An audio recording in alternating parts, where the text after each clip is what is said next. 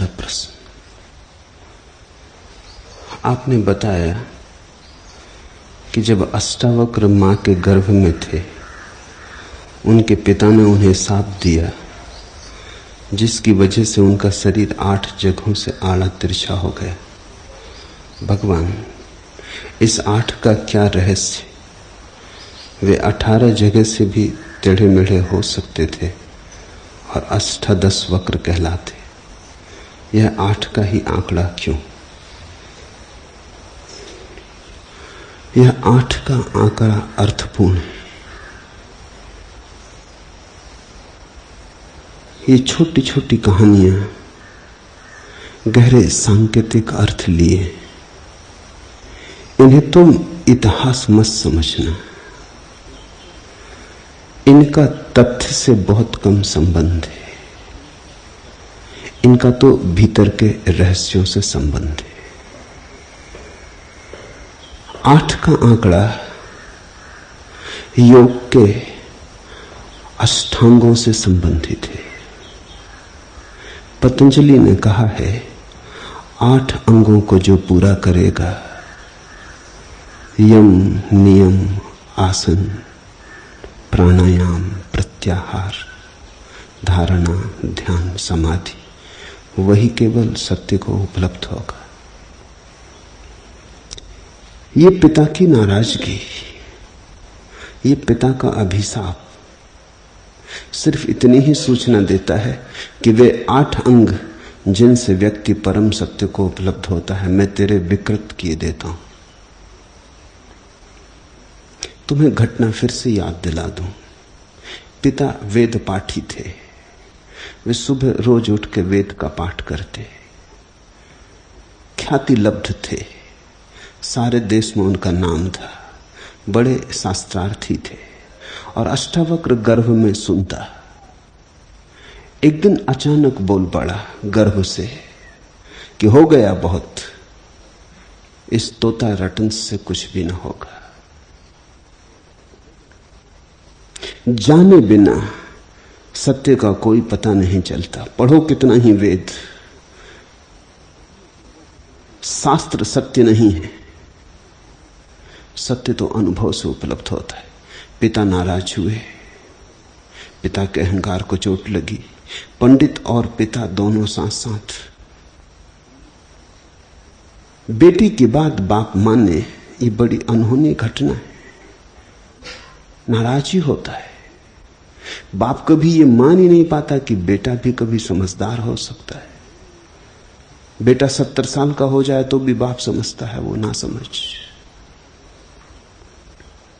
स्वाभाविक है। बेटे और बाप का फासला उतनी बना रहता है जितना शुरू पहले दिन होता है, उसमें कोई अंतर नहीं पड़ता। अगर बाप 20 साल बड़ा है तो वो सदा 20 साल बड़ा होता है, उतना अंतर तो बना ही रहता है। तो बेटे से ज्ञान ले लेना कठिन, फिर पंडित तो और भी कठिनाई। बाप तो सोचता था मैं जानता हूं, और अभी गर्भस्थ शिशु कहने लगा तुम नहीं जानते, ये तो हद हो गई, अभी पैदा भी नहीं हुआ। तो बाप ने अभिशाप दिया होगा। वो अभिशाप ज्ञान के 8 अंगों को नष्ट कर देने वाला है। जिन 8 अंगों से व्यक्ति ज्ञान को उपलब्ध होता है, बाप ने कहा तेरे वे नष्ट हुए। अब देखूं तू कैसे ज्ञान को उपलब्ध होगा। जिस ज्ञान की तू बात कर रहा है, जिस परम ज्ञान की तू घोषणा कर रहा है, अगर शास्त्र से नहीं मिलता सत्य, तो दूसरा एक ही उपाय है कि साधना से मिलता है। तू कहता है शास्त्र से नहीं मिलता है, चल ठीक, साधना के 8 अंग मैं तेरे विकृत किए देता हूं, अब तू कैसे पाएगा? और अष्टावक्र ने फिर भी पाया। अष्टावक्र के सारे उपदेश का सार इतना ही है कि सत्य मिला ही हुआ है। न शास्त्र से मिलता है, न साधना से मिलता है। साधना तो उसके लिए करनी होती है जो मिला ना हो। सत्य तो हम लेकर ही जन्मे, सत्य तो हमारे साथ गर्भ से ही है। सत्य तो हमारा स्वरूप सिद्ध अधिकार है, जन्म सिद्ध भी नहीं, स्वरूप सिद्ध अधिकार। सत्य तो हम हैं ही, इसे मिलने की कोई बात नहीं। 8 जगह से टेढ़ा, चलो कोई हर्जा नहीं, लेकिन सत्य टेढ़ा नहीं होगा। स्वरूप टेढ़ा नहीं होगा, ये शरीर ही इर्छा तिरछा हो जाएगा। साधन की पहुंच शरीर और मन के पार नहीं। तो तुम अगर इर्छा तिरछे का अभिशाप देते हो तो शरीर तिरछा हो जाएगा, मन तिरछा हो जाएगा, लेकिन मेरी आत्मा को कोई फर्क ना पड़ेगा। यही तो अष्टावक्र ने जनक से कहा कि राजन, आंगन के टेढ़े मेढ़े होने से आकाश तो टेढ़ा मेढ़ा नहीं हो जाता। घड़े के टेढ़े मेढ़े होने से घड़े के भीतर भरा हुआ आकाश तो टेढ़ा मेढ़ा नहीं हो जाता। मेरी तरफ देखो सीधे, न शरीर को देखो न मन को। अष्टावक्र की पूरी देशना यही है कि न शास्त्र से मिलता न साधना से मिलता। इसलिए तो मैंने बार बार तुम्हें याद दिलाया कि कृष्णमूर्ति की जो देशना है वही अष्टावक्र की है। कृष्णमूर्ति की भी देशना यही है कि न शास्त्र से मिलता न साधना से मिलता। तुम घबरा के पूछते हो तो फिर कैसे मिलेगा? देशना यही है कि कैसे की बात ही पूछना गलत है, मिला ही हुआ है। जो मिला ही हुआ है, पूछना कैसे मिलेगा, असंगत प्रश्न पूछना है।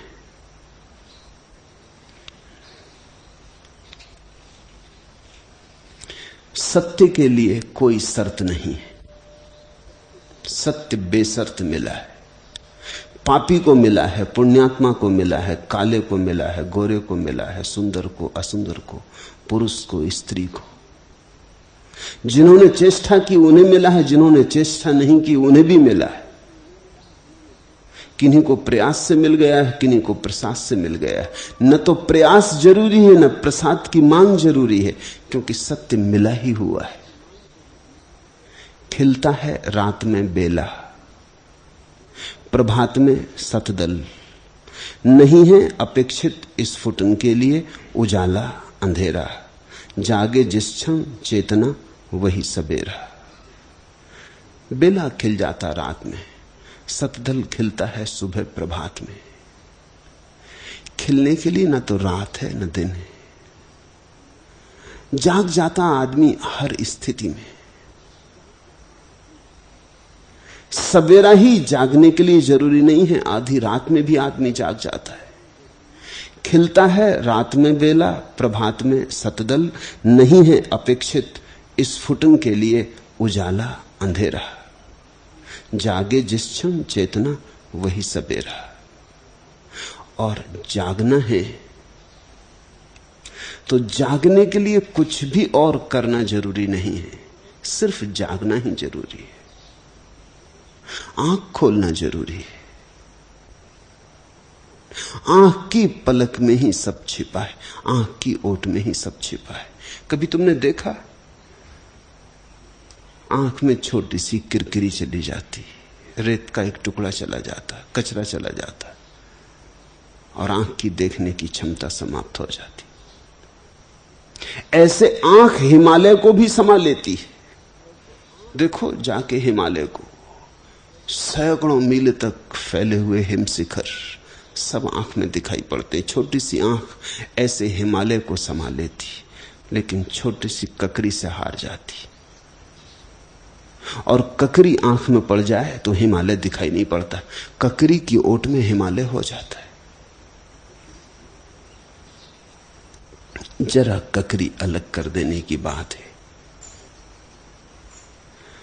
अष्टावक्र की देशना इतनी ही है कि जरा सी समझ, जरा सी पलक का खुलना, और सब जैसा होना चाहिए वैसा है ही। कुछ करने को नहीं है, कहीं जाने को नहीं है, कुछ पाने को नहीं है।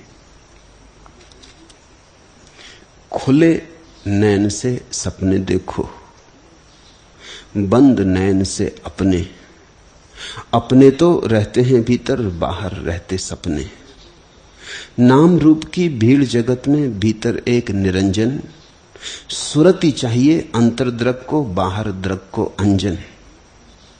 देखे को अनदेखा कर रे, अनदेखे को देखा, क्षर लिख लिख तू रहा निरक्षर, अक्षर सदा अलेखा। समझो, खुले नैन से सपने देखो, बंद नैन से अपने। अपने तो रहते हैं भीतर, बाहर रहते सपने। जो भी बाहर देखा है सपना है। अपने को देखना है तो भीतर, जो भी बाहर देखा उसे अगर पाना चाहा तो बड़ी दौड़ दौड़नी पड़ेगी, फिर भी मिलता कहां। दौड़ पूरी हो जाती, हाथ कुछ भी नहीं आता। संसार का स्वभाव समझो, दिखता है सब, मिलता कुछ भी नहीं। लगता है ये रहा, जरा ही चलने की बात है, थोड़ा प्रयास और, जैसे क्षितिज छूता है, लगता है कुछ मील का फासला है, दौड़ जाएंगे, पहुंच जाएंगे। आकाश और जमीन जहां मिलती वो जगह खोज लेंगे, फिर वहां से आकाश में चढ़ जाएंगे, लगा लेंगे सीढ़ी, बना लेंगे अपना बेबीलोन, स्वर्ग की सीढ़ी लगा लेंगे। मगर कभी वो जगह मिलती नहीं जहां आकाश पृथ्वी से मिलता है, बस दिखता है कि मिलता है। आभास, जिसको हिंदुओं ने माया कहा है। प्रतीत तो बिल्कुल होता है कि ये दिखाई पड़ रहा है आकाश मिलता हुआ, होगा 10 मील, 15 मील, 20 मील, थोड़ी यात्रा है। लेकिन तुम जितने क्षितिज की तरफ जाते हो उतना ही क्षितिज तुमसे दूर चलता चला जाता। दिखता सदा मिला मिला, मिलता कभी भी नहीं। खुले नैन से सपने देखो, बंद नैन से अपने। अपने तो रहते हैं भीतर, बाहर रहते सपने। बाहर लगता है मिल जाएगा और मिलता कभी नहीं, और भीतर लगता है कैसे मिलेगा और मिला ही हुआ है। ठीक संसार से विपरीत अवस्था है भीतर की। संसार देखनी हो तो आंखें बाहर खोलो, सत्य देखना हो तो आंखें भीतर खोलो।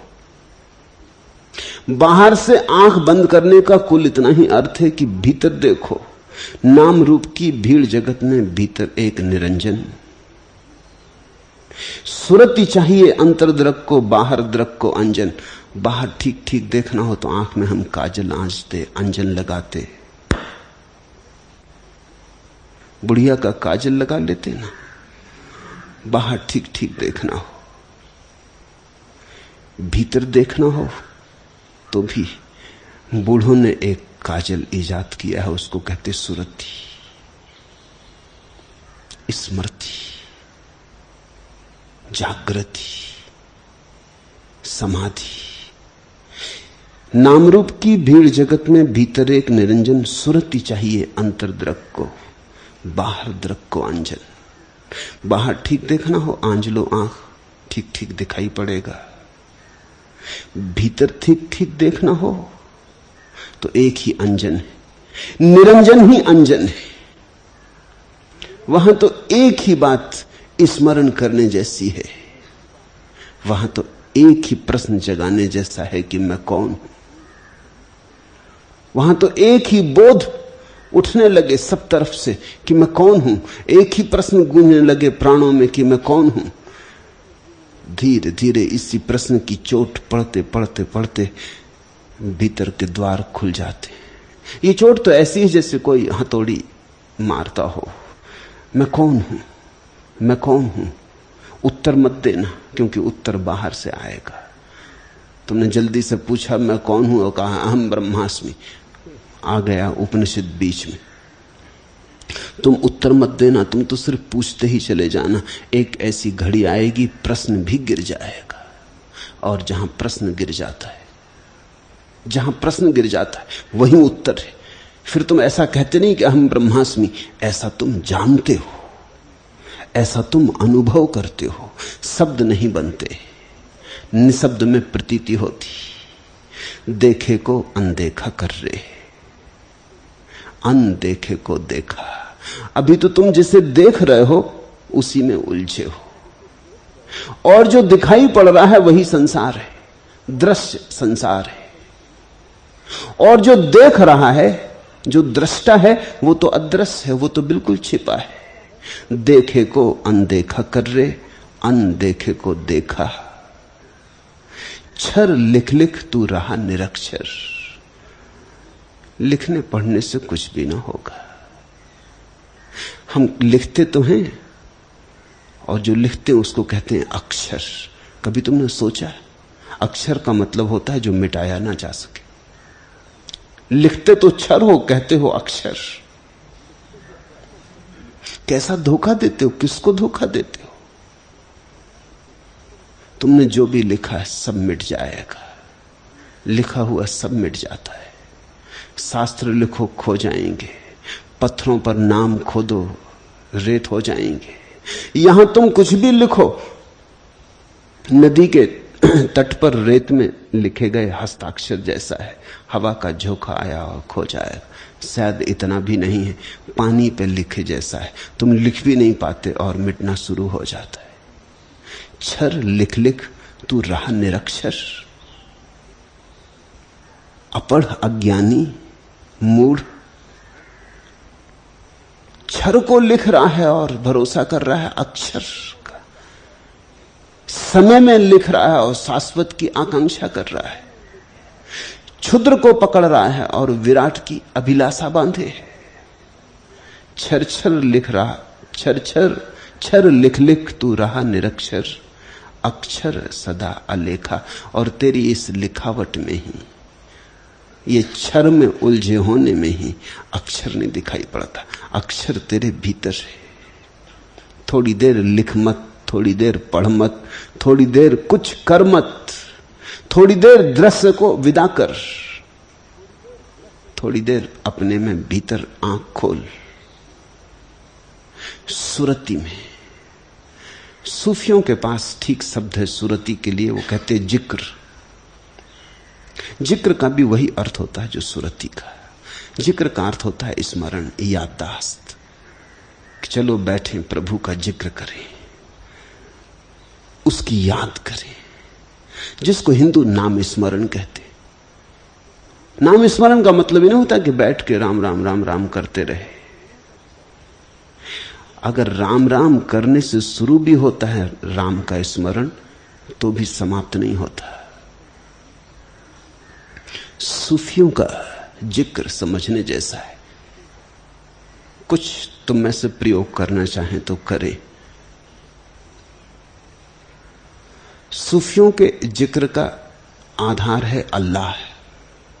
शब्द बड़ा प्यारा है, शब्द में बड़ा रस है। वो तो हम हिंदू, मुसलमान, जैन, ईसाई में बांट के दुनिया को देखते हैं, इसलिए बड़ी रसीली बातों से वंचित रह जाते हैं। मैंने बहुत से शब्दों पर प्रयोग किया, अल्लाह जैसा प्यारा शब्द नहीं है। राम में वो मजा नहीं है। तुम जब गुनगुनाओगे तब पता चलेगा। जो गुनगुनाहट अल्लाह में पैदा होती और जो मस्ती अल्लाह में पैदा होती, वो शब्द में नहीं होती, किसी और में। चेष्टा करके देखना, कभी रात के अंधेरे में द्वार दरवाजे बंद करके दिया बुझा के बैठ जाना, ताकि बाहर कुछ दिखाई ही ना पड़े, अंधेरा कर लेना। नहीं तो तुम्हारी आदत तो पुरानी, कुछ ना कुछ देखते रहोगे। फिर भीतर बैठ के पहला कदम है जिक्र का, अल्लाह अल्लाह कहना शुरू करना, जोर से कहना, ओंठ का उपयोग करना। एक 5-7 मिनट तक अल्लाह अल्लाह जोर से कहना। 5-7 मिनट में तुम्हारे भीतर रसधार बहने शुरू होगी, तब ओंठ बंद कर लेना। दूसरा कदम, अब सिर्फ भीतर जीभ से कहना अल्लाह अल्लाह अल्लाह। 5-7 मिनट जीभ का उपयोग करना, तब भीतर ध्वनि होने लगेगी, तब तुम जीभ को भी छोड़ देना। अब बिना जीभ के भीतर अल्लाह अल्लाह अल्लाह करना। 5-7 मिनट, तब तुम्हारे भीतर और भी गहराई में ध्वनि होने लगेगी, प्रतिध्वनि होने लगेगी, तब भीतर भी बोलना बंद कर देना, अल्लाह अल्लाह वहां भी छोड़ देना। अब तो अल्लाह शब्द नहीं रहेगा, लेकिन अल्लाह शब्द की निरंतर स्मरण से जो प्रतिध्वनि गूंजी, वो गूंज रह जाएगी, तरंगें रह जाएंगी। जैसे वीणा बजते बजते अचानक बंद हो गई, तो थोड़ी देर वीणा तो बंद हो जाती, लेकिन श्रोता गदगद रहता, गूंजती रहती। ध्वनि धीरे धीरे धीरे धीरे धीरे शून्य में खोती। तो तुमने अगर 15-20 मिनट अल्लाह का स्मरण किया, पहले ओंठों से, फिर जीभ से, फिर बिना जीभ के, तो तुम उस जगह आ जाओगे जहां 2-4-5 मिनट के लिए अल्लाह की गूंज गूंजती रहेगी।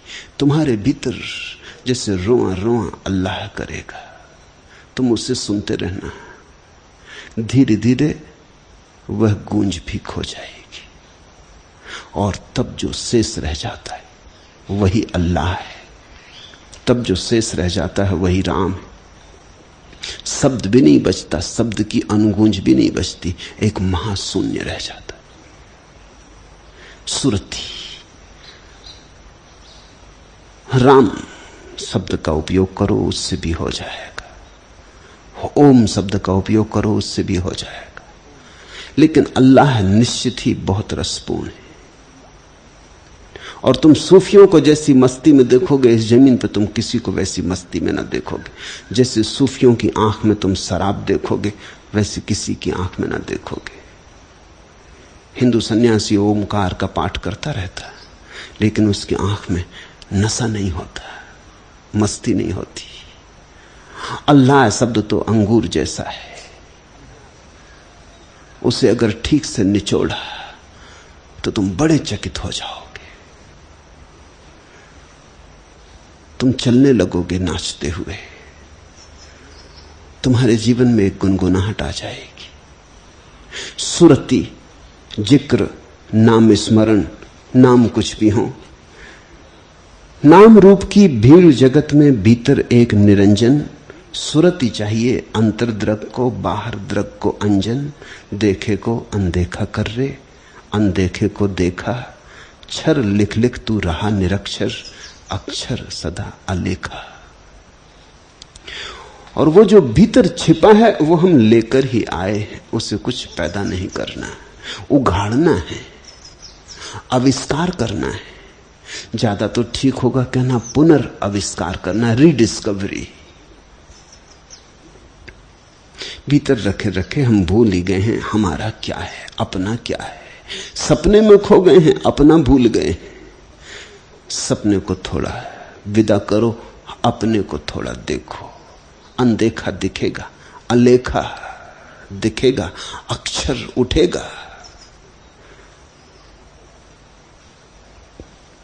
अष्टावक्र के 8 अंगों के टेढ़े हो जाने की कथा का कुल इतना ही अर्थ है कि सुरति में कोई बाधा नहीं पड़ती। अंग टेढ़े हैं कि मेढ़े, तुम बैठे कि खड़े। तुमने देखा अलग अलग आसनों में परम ज्ञान उपलब्ध हुआ।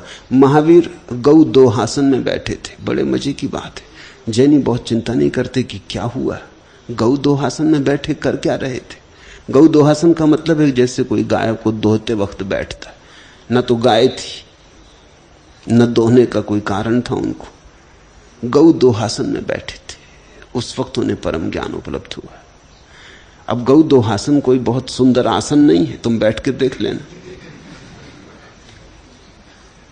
बुद्ध तो कम से कम भले ढंग से बैठे थे, सिद्धासन में बैठे थे। महावीर गौ 2 आसन में बैठे। महावीर आदमी ही थोड़े अनूठे,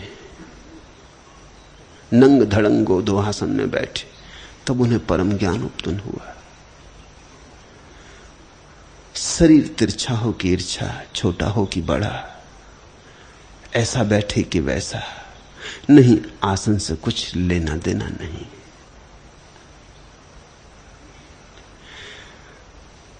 मन की दशा पुण्य की हो कि पाप की, अच्छा करने की हो कि बुरा करने की, इससे भी कुछ लेना देना नहीं। अष्टावक्र का मौलिक सूत्र केवल इतना है कि तुम अगर साक्षी हो सको, तिरछा शरीर है तो तिरछे शरीर के साक्षी, और मन अगर पाप में उलझा है तो पाप में उलझे मन के साक्षी। तुम अगर साक्षी हो सको, दूर खड़े होकर देख सको शरीर और मन को, तो घटना घट जाएगी।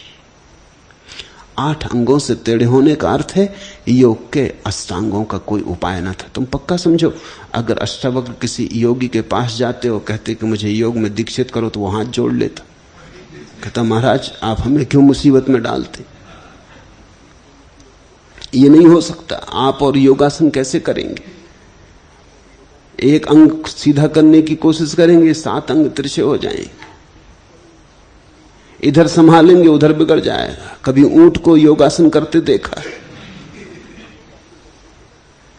अष्टावक्र भी कोई योगी उनको अपनी योगशाला में भर्ती नहीं कर सकता था, उपाय ही न था। ये तो केवल सूचक कथा है। ये कथा तो ये कहती है कि ऐसे 8 अंगों से टेढ़ा व्यक्ति भी परम ज्ञान को उपलब्ध हो गया। चिंता मत करो, देह इत्यादि में बहुत उलझे मत रहो।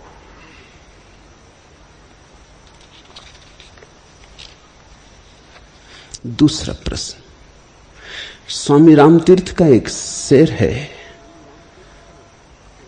राजी हैं उसी हाल में जिसमें तेरी रजा है, यूं भी वाह वाह है वो भी वाह वाह है।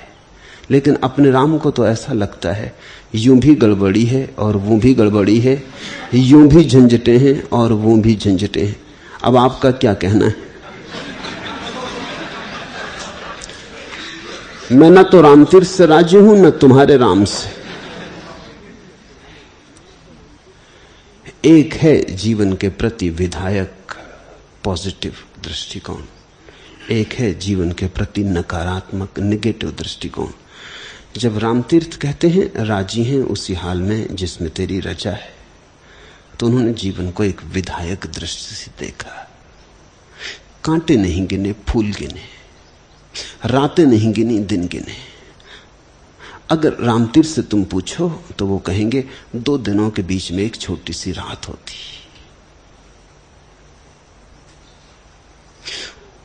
वो फूलों की चर्चा करेंगे, वो कांटों की चर्चा ना करेंगे। वो कहेंगे क्या हुआ अगर थोड़े बहुत कांटे भी होते, फूलों की रक्षा के लिए जरूरी है। वो जीवन में जो सुखद है उस पर उनकी नजर है, जो शुभ है, सुंदर है।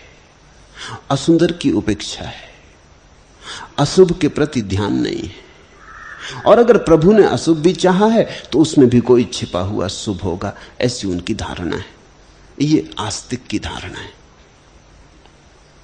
ये स्वीकार भाव है। जो व्यक्ति कहता है प्रभु मैंने तेरे लिए परिपूर्ण रूप से हां कह दी, जिस व्यक्ति ने अपनी चेक बुक बिना कुछ आंकड़े लिखे हस्ताक्षर करके प्रभु को दे दी, कब तू जो लिखे वही स्वीकार है। राजी हैं उसी हाल में जिसमें तेरी रजा है, यूं भी वाह वाह है वो भी वाह वाह है।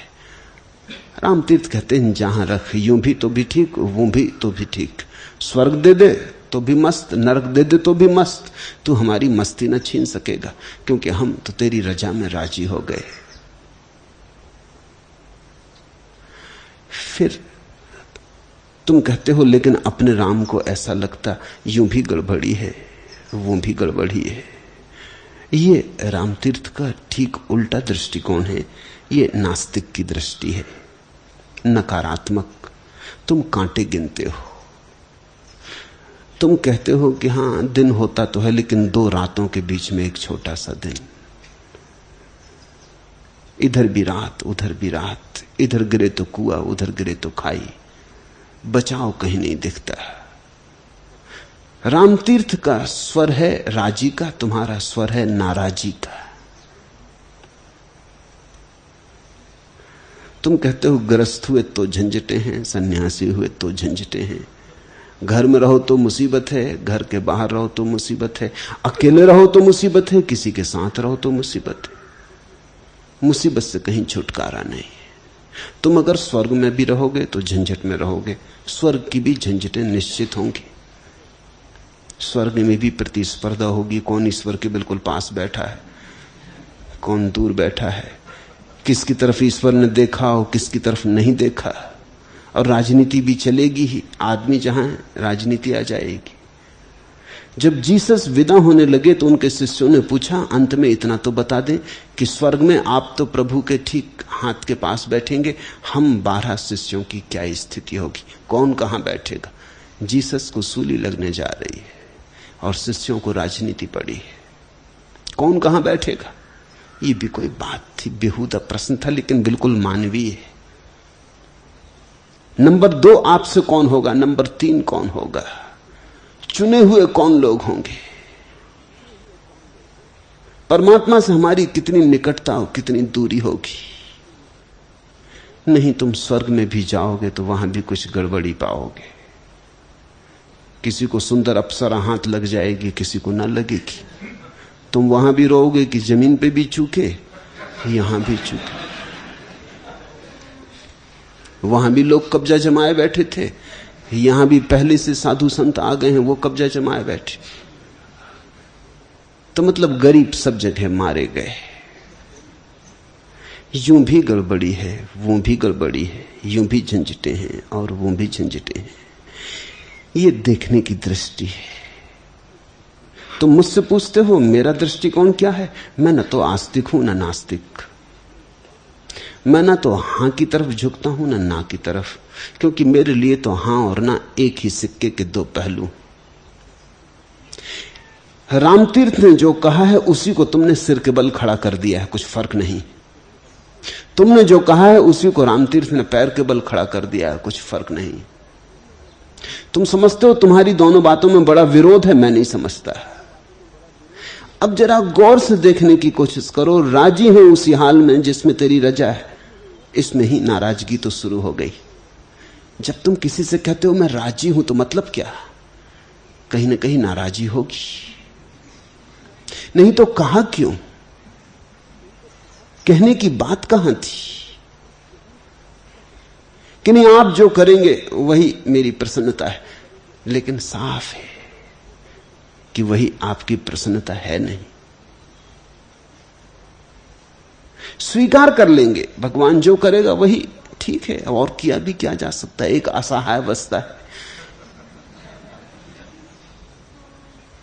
लेकिन गौर से देखना, जब तुम कहते हो कि नहीं मैं बिल्कुल राजी हूं, तुम जितने आग्रह पूर्वक कहते हो मैं बिल्कुल राजी हूं, उतनी ही खबर देते हो कि भीतर राजी तो नहीं हो, भीतर कहीं कांटा तो है। मैं न तो आस्तिक हूं न नास्तिक। मैं न तो कहता हूं कि राजी हूं, न मैं कहता हूं नाराजी हूं, क्योंकि मेरी घोषणा यही है कि हम उससे पृथक ही नहीं, नाराज और राजी होने का उपाय नहीं। नाराज और राजी तो हम उससे होते हैं जिससे हम भिन्न हो। यही अष्टावक्र की महागीता का संदेश है। तुम ही वही हो। अब नाराज किससे होना और राजी किससे होना, दोनों में द्वंद्व है। वो जो कहता है मैं तेरी रजा से राजी हूं, वो भी कहता है तू मुझसे अलग, मैं तुझसे अलग। और जब तक तुम अलग हो तब तक तुम राजी हो कैसे सकते हो? भेद रहेगा। वो जो कहता है मैं राजी नहीं हूं, वो भी इतना ही कह रहा है कि मेरी मर्जी और है, तेरी मर्जी और है, मेल नहीं खाती। एक झुक गया है, एक कहता है ठीक मैं तेरी मर्जी को ओढ़े लेता हूं, लेकिन जब तक तुम हो तब तक तुम्हारी मर्जी भी रहेगी। तुम दूसरे की ओढ़ भी लो, इससे कुछ फर्क नहीं पड़ने वाला। जो महासत्य है वह कुछ और। महासत्य तो यह है कि उसके अलावा हम हैं ही नहीं, हम ही हैं। हमारी मर्जी ही उसकी मर्जी है, उसकी मर्जी ही हमारी मर्जी है। ये तुम्हारे चाहने न चाहने की बात नहीं है। तुम राजी हो कि नाराजी हो, इससे कुछ फर्क नहीं पड़ता। तुम्हारी राजी और नाराजगी दोनों एक बात की खबर देती हैं कि तुमने अभी भी जीवन के अद्वैत को नहीं देखा। तुम जीवन के द्वैत में अभी भी उलझे हो। तुम अपने को अलग, परमात्मा को अलग मान रहे हो। यहां उपाय ही नहीं है, किसको हां कहो किसको ना कहो। एक सूफी फकीर परमात्मा से प्रार्थना करता था रोज 40 वर्षों तक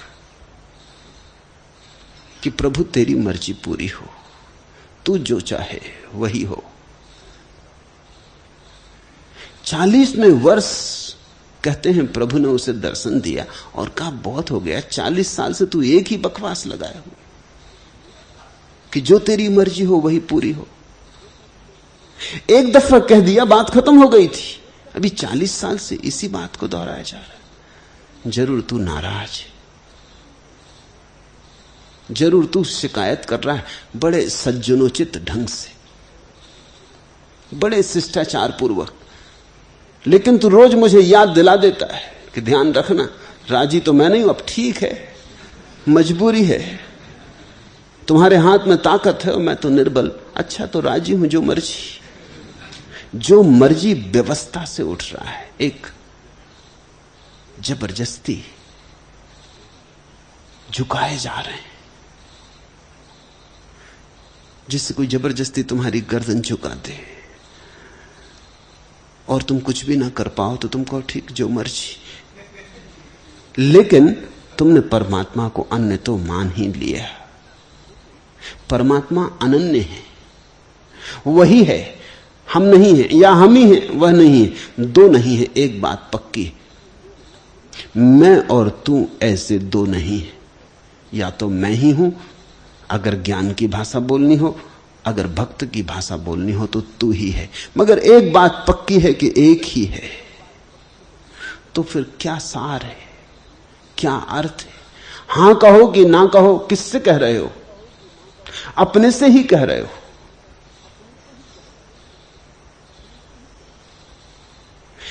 एक ज़ैन फकीर बोकोजू रोज सुबह उठता तो जोर से कहता बोकोजू, और फिर खुद ही बोलता जी हां, कहिए क्या आज्ञा है। फिर कहता कि देखो ध्यान रखना बुद्ध के नियमों का कोई उल्लंघन ना हो। वो कहता जी हुजूर ध्यान रखेंगे,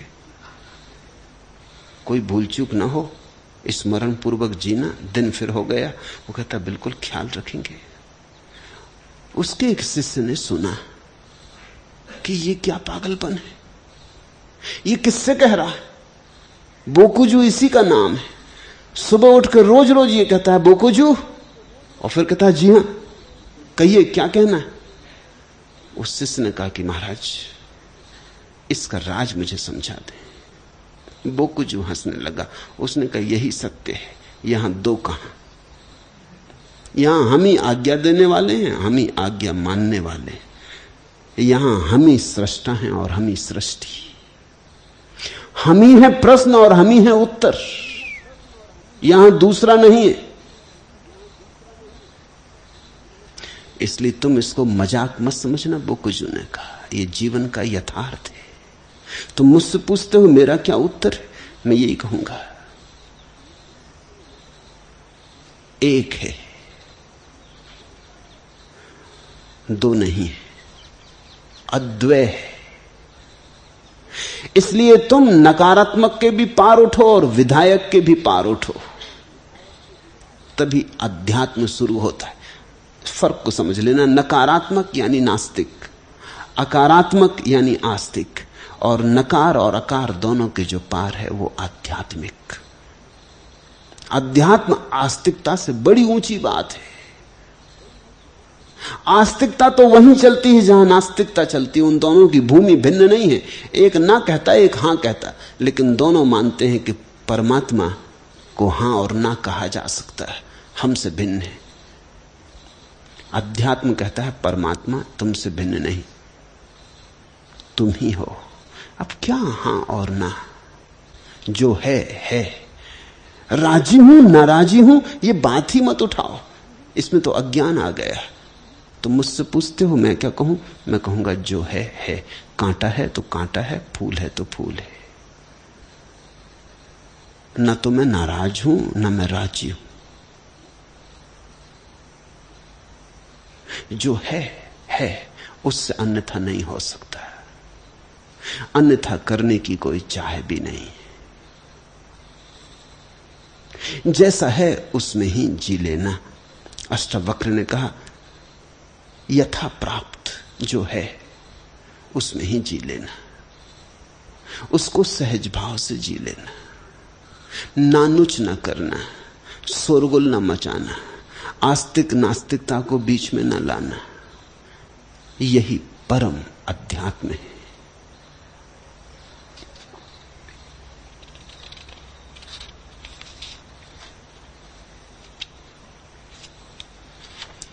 तीसरा प्रश्न, अष्टावक्र ने जानने की इच्छा को भी अन्य इच्छाओं जैसी बताया है, जबकि अन्य ज्ञानी मुमुक्षा की बहुत महिमा बताते।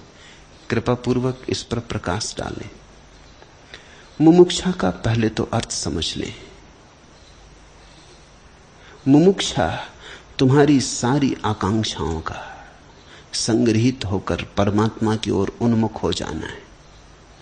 जैसे छोटी छोटी आकांक्षाओं की नदियां हैं, छोटे छोटे झरने हैं, छोटी छोटी सरिताएं हैं, नाले हैं, ये सब गिर के गंगा बन जाती और गंगा सागर की तरफ दौड़ पड़ती।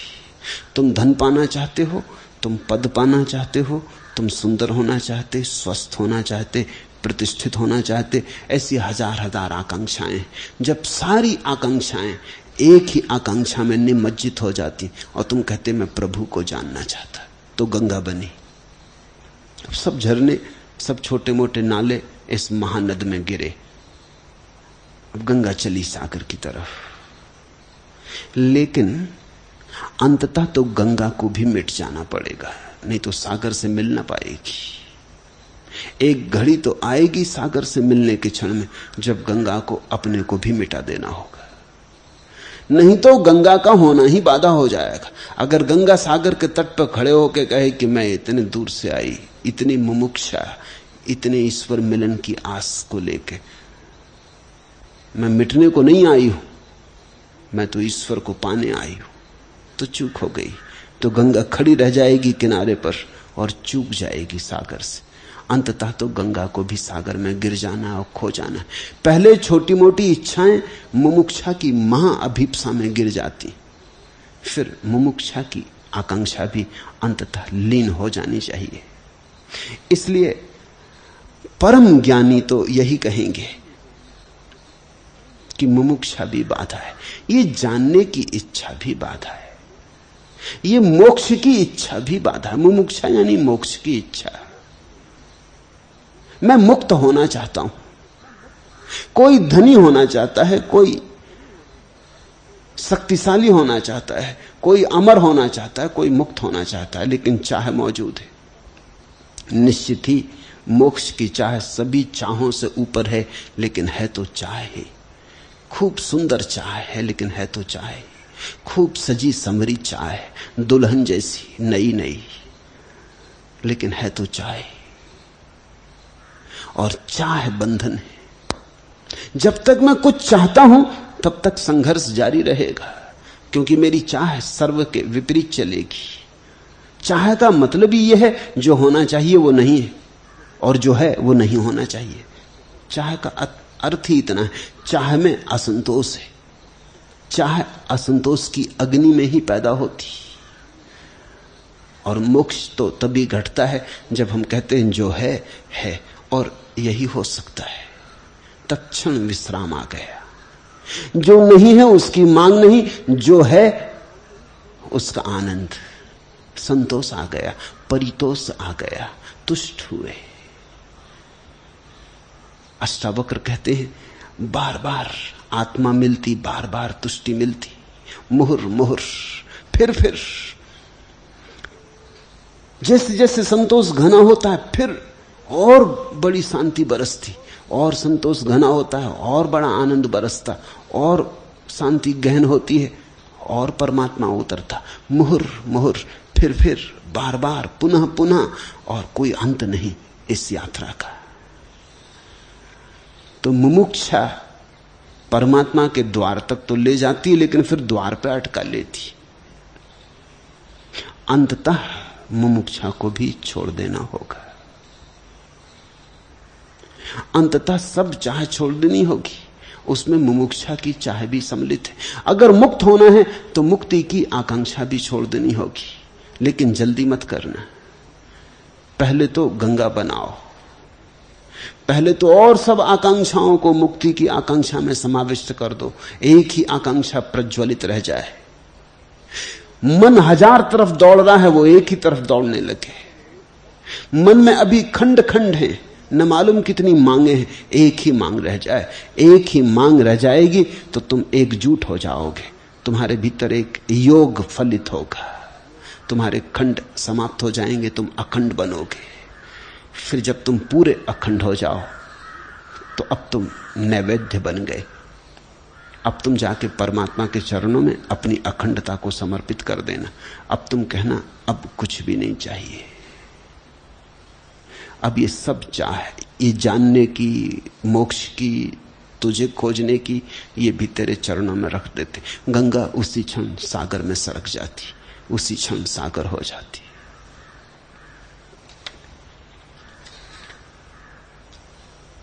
झलक होश की है अभी बेखुदी में, बड़ी खामियां हैं मेरी बंदगी में। झलक होश की है अभी बेखुदी में, बड़ी खामियां हैं मेरी बंदगी में। अगर तुम्हें इतना भी होश रह गया कि मैं बेहोश हूं, तो अभी बंदगी पूरी नहीं हुई, अभी प्रार्थना पूरी नहीं हुई। तुम अगर राह पर मदमाते मस्त होकर चलने लगे, लेकिन इतना ख्याल रहा कि देखो कितना मस्त, तो मस्ती अभी पूरी नहीं। मस्ती तो तभी पूरी होती जब मस्ती का भी ख्याल नहीं रह जाता। मोक्ष तो तभी पूरा होता है जब मोक्ष की भी आकांक्षा नहीं रह जाती। झलक होश की है अभी बेखुदी में, बड़ी खामियां हैं मेरी बंदगी में। कैसे कहूं कि खत्म हुई मंजिले फना, इतनी खबर तो है कि मुझे कुछ खबर नहीं। अगर इतनी भी खबर रह गई भीतर की मुझे कुछ खबर नहीं, तो काफी है बंधन, काफी अड़चन, काफी अवरोध। और ध्यान रखना, बड़े बड़े अवरोध तो आदमी आसानी से पार कर जाता है, छोटे अवरोध असली अड़चन देते। धन पाना है, ये आकांक्षा तो बड़ी क्षुद्र है, इसको हम मोक्ष पाने की आकांक्षा में समाविष्ट कर दे सकते हैं। बड़ी आकांक्षा इसकी जगह रख देते हैं, मोक्ष पाने की आकांक्षा। सब विकृत, सब कुरूप धीरे धीरे सुंदर हो जाता है। मोक्ष की धारणा ही सौंदर्य की धारणा है, सब प्रसादपूर्ण हो जाता है। तब तो पता भी नहीं चलता कि कोई दुख है, कोई पीड़ा है। फिर तो इतनी छोटी बाधा रह जाती है, पारदर्शी दिखाई भी नहीं पड़ती। अगर ईंट पत्थर की दीवार चारों तरफ हो तो दिखाई पड़ती, कांच की दीवार, शुद्ध कांच की दीवार, इस फटिक मणियों से बनी, कुछ बाधा नहीं मालूम पड़ती, आर पार दिखाई पड़ता है, दीवार का पता ही नहीं चलता। लेकिन दीवार अभी है, अगर निकलने की कोशिश की तो सिर टकराएगा। मुमुक्षा कांच की दीवार है, दिखाई भी नहीं पड़ती। संसारी की तो वासनाएं बड़ी क्षुद्र हैं, स्थूल हैं, पत्थरों जैसी हैं। सन्यासी की आकांक्षा बड़ी सूक्ष्म है, बड़ी पारदर्शी है और बड़ी सुंदर है, अटका ले सकती है। अगर तुम्हें इतनी भी याद रह गई कि मुक्त होना है, तो तुम अभी मुक्त नहीं हुए। और मुक्त होना है, ये वासना अगर मन में बनी है, तो तुम मुक्त हो भी ना सकोगे। क्योंकि मुक्त होने का कुल इतना ही अर्थ होता है कि अब कोई चाह ना रही, मगर ये तो एक चाह बची, और इस चाह में तो सभी बच गया। इसलिए अष्टावक्र ने बड़ी क्रांतिकारी बात कही, काम अर्थ से तो मुक्त होना ही, धर्म से भी मुक्त होना। ऐसा कोई सूत्र किसी ग्रंथ में नहीं है। अर्थ और काम से मुक्त होने को सबने कहा है, धर्म से भी मुक्त होने को किसी ने नहीं कहा है। अष्टावक्र उस संबंध में बिल्कुल मौलिक और अनूठे। वो कहते हैं धर्म से भी मुक्त होना, नहीं तो धर्म ही बाधा बन जाएगा। अंततः तो सभी चाहे गिर जानी चाहिए। कैसे कहूं कि खत्म हुई मंजिले फना। मंजिले फना का अर्थ होता है शून्य हो जाना। कैसे कहूं कि खत्म हुई मंजिले फना, कैसे कहूं कि मैं शून्य हो गया। इतनी खबर तो है कि मुझे कुछ खबर नहीं, इतनी बाधा तो अभी बनी है। इतनी खबर है मुझे कि मुझे कुछ खबर नहीं, मगर इतना काफी है। इतनी दीवार पर्याप्त है, इतनी दीवार चुका देगी।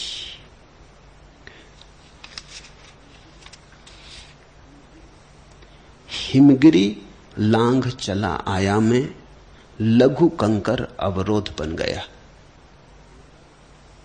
क्षण का साहस केवल संशय, अगर मूल में जीवित है भय। जलनिधि तैर चला आया में, उथला तट प्रतिरोध बन गया। साध्य विमुक्त स्वयं से होना, द्वंद विगत क्या पाना खोना, हुआ समन्वय सबसे लेकिन निज से वही विरोध बन गया। सूक्ष्म ग्रंथि में यह रेशम मन, सुलझाने में उलझा चेतन, क्रिया अहम से इतनी दूषित, शोधन ही प्रतिशोध बन गया। हिमगिरी लांघ चला आया में, लघु कंकर अवरोध बन गया। बड़े पहाड़ आदमी पार कर लेता, छोटा सा कंकड़ अटका लेता। हाथी आसानी से निकल जाता, पूंछ ही मुश्किल से निकलती, पूंछ ही अटक जाती। जलनिधि तैर चला आया में, उथला तट प्रतिरोध बन गया। बहुत लोग हैं जो सागर तो तैर जाते हैं, फिर किनारे से उलझ जाते। महावीर के जीवन में बड़ा मीठा उल्लेख है। महावीर का प्रधान शिष्य था गौतम गणधर। वो वर्षों महावीर के साथ रहा लेकिन मुक्त ना हो सका। वो सबसे ज्यादा प्रखर बुद्धि व्यक्ति था महावीर के शिष्यों में। उसकी बेचैनी बहुत थी, वो बहुत मुक्त होना चाहता था। उसकी आकांक्षा में कोई कमी न थी और वो सोचता था अब और क्या करूं, सब दांव पे लगा दिया, सब जीवन आहुति बना दिया, अब मोक्ष क्यों नहीं हो रहा है। लेकिन यह बात उसकी समझ में नहीं आती थी कि यही बात बाधा बन रही। ये जो आग्रह है, ये जो आकांक्षा है कि मोक्ष क्यों नहीं हो रहा, यही बेचैनी, यही तनाव खड़ा कर रही। ये मोक्ष की आकांक्षा भी अहंकार जन्य है। ये अहंकार का आखिरी खेल है। अब वो मोक्ष के नाम पर खेल रहा है। महावीर की मृत्यु हुई तो उस दिन गौतम बाहर गया था, कहीं पास के गांव में उपदेश करने गया था। लौटता था तो राहगीरों ने कहा कि तुम्हें पता नहीं महावीर तो छोड़ भी चुके दे। तो वो वहीं रोने लगा। रोते रोते उसने इतना पूछा राहगीरों से कि मेरे लिए कोई अंतिम संदेश छोड़ा है, क्योंकि वो निकटतम शिष्य था और महावीर की उसने अथक सेवा की थी और सब दांव पर लगाया था। फिर भी कुछ अड़चन थी कि समझ में नहीं आता था क्यों अटका है। तो उन्होंने कहा हम तो समझ नहीं पाए कि उपदेश का क्या अर्थ है, क्या संदेश का अर्थ है। उन्होंने छोड़ा जरूर है, वचन हमें याद है, वो हम कह देते, हमें अर्थ मालूम नहीं। अर्थ तुम हमसे पूछना भी मत, तुम जानो और वो जाने। इतना ही उन्होंने कहा कि हे गौतम, तू पूरी नदी तो तैर गया, अब किनारे पे क्यों रुक गया है। और कहते हैं ये सुनते ही गौतम ज्ञान को उपलब्ध हो गया, ये सुनते ही मोक्ष घट गया।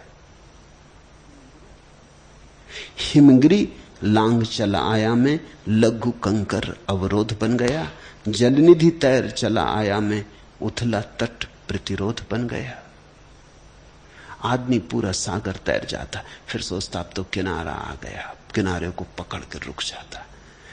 किनारे को भी छोड़ना पड़े, सब छोड़ना पड़े, छोड़ना भी छोड़ना पड़े, तभी तुम बचोगे अपने शुद्धतम रूप में निरंजन। तभी तुम्हारा मोक्ष प्रकट होता है।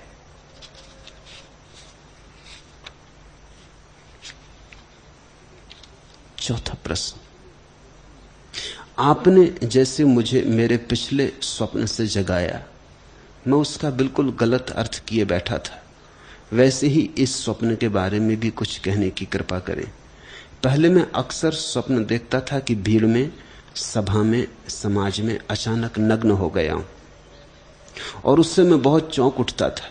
लेकिन संन्यास लेने के पश्चात वैसा स्वप्न आना बंद हो गया है। वर्ष भर से मैं अनेक बार स्वप्न में अपने को गैर गैरिक वस्त्रों में देखता हूं और अपने को वैसा देखकर भी मैं बहुत चौंक उठता हूं। उल्लेख है कि अब तो मैं गैरिक वस्त्र स्वेच्छा, आनंद और कृतज्ञता के भाव से पहनता हूं। मैंने जो कुछ पाया है उसे बांटने में यह रंग बहुत सहयोगी साबित हुआ है। फिर यह स्वप्न क्या सूचित करता है, पूछा है अजित सरस्वती ने। इस स्वप्न को समझने के लिए आधुनिक मनोविज्ञान को कार्ल गुस्ताव जुंग के द्वारा दी गई एक धारणा समझनी होगी। कार्ल गुस्ताव जुंग ने उस धारणा को दी शैडो, छाया व्यक्तित्व कहा है, वो बड़ी महत्वपूर्ण धारणा है। जैसे तुम धूप में चलते हो तो तुम्हारी छाया बनती, ठीक ऐसे ही तुम जो भी करते हो उसकी भी तुम्हारे भीतर छाया बनती। वो छाया विपरीत होती।